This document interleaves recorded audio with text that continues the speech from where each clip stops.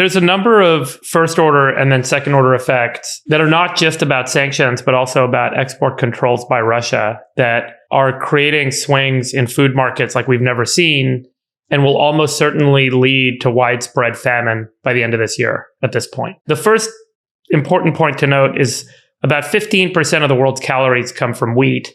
About a third of that wheat comes from Russia, Ukraine. Russia has banned export of wheat. The wheat spring planting season is like now, this week. And there's not a lot of planting going on. A lot of commodity folks are in the field trying to figure out who's actually going to go to field and plant, but no one's making the concerted effort that they normally would under normal circumstances. Not only is the current wheat supply in Russia, Ukraine blocked up and cannot make its way to countries like Africa, but the future planting season is now significantly at risk. And again, that's 15% of global calories. And just to take a step back, the whole planet Earth operates on a 90-day food supply. Once we stop making food, humans run out of food in 90 days.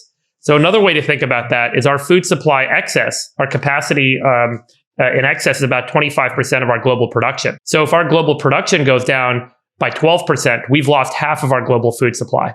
And that's not just linearly across all nations. What happens is the most vulnerable nations lose their food supply first, and the richer nations buy that food supply to secure their population's calories. And so you very quickly see a bifurcation happen when you have a shortage in a food supply like this of just a few points, where suddenly famine is a real risk. And we already have about 800 million people on Earth that are subsisting on below 1,200 calories a day. So this very quickly tips the bucket in a significant way in a number of countries that's going to be really awful. And that's just on the wheat supply and wheat planting problem. The bigger problem is the energy price problem and the phosphorus and potassium problem. All fertilizer is made up of nitrogen, phosphorus, or potassium. Those are the three major types of fertilizer that farmers around the world have to use every year in order to grow that crop. Without fertilizer, plants don't grow. Nitrogen is made from natural gas. 98% of the world's ammonia is made from natural gas. Natural gas prices, as you guys know, have doubled, and the futures market looks like in some places, natural gas prices going up like 4x. As a result, the price of ammonia fertilizer, nitrogen-based fertilizer, has gone from $200 a ton to $1,000 a ton. So it's 5 times as expensive to buy basic ammonia fertilizer today than it was a few weeks ago or a few months ago. And then the other big problem is phosphorus. By some estimates, there's a little variation around here, but about 10% of the world's phosphate comes out of Russia. About 25% of the world's potassium comes out of Russia, potash. Both of those markets are blocked up. They are sanctioned and they have banned exports. Russia has through the rest of 2022. So around the world, the cost to make nitrogen fertilizer has skyrocketed because of natural gas prices, because of the Russia problem. And Russia is not exporting potassium and phosphorus. And as a result, the price of nitrogen's gone from 200 to 1,000.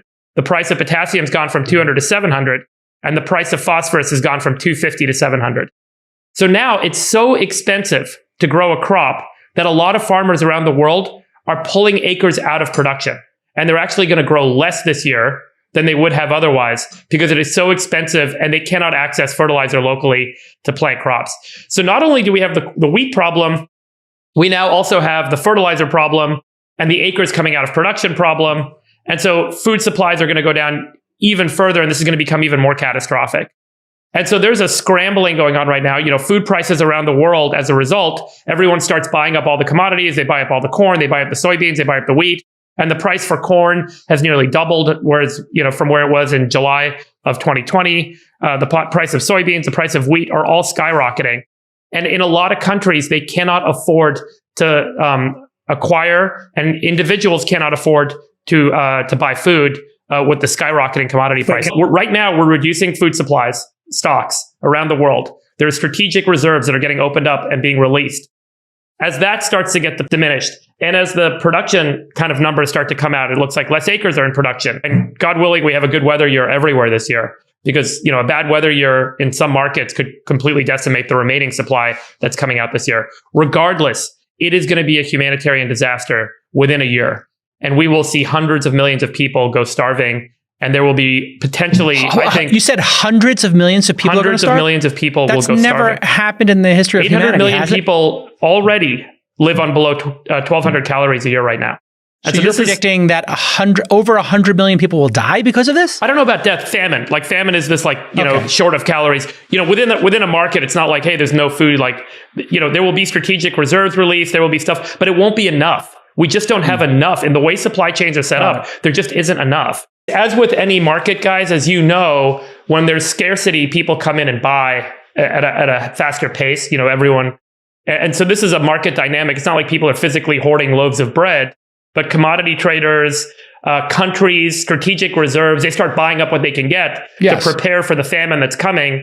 Then prices go even higher, and then it kicks other people out of the market that couldn't afford to buy it. And the whole thing gets really ugly really quick. We need Russia to reopen fertilizer export markets now. We need natural gas prices to come down now.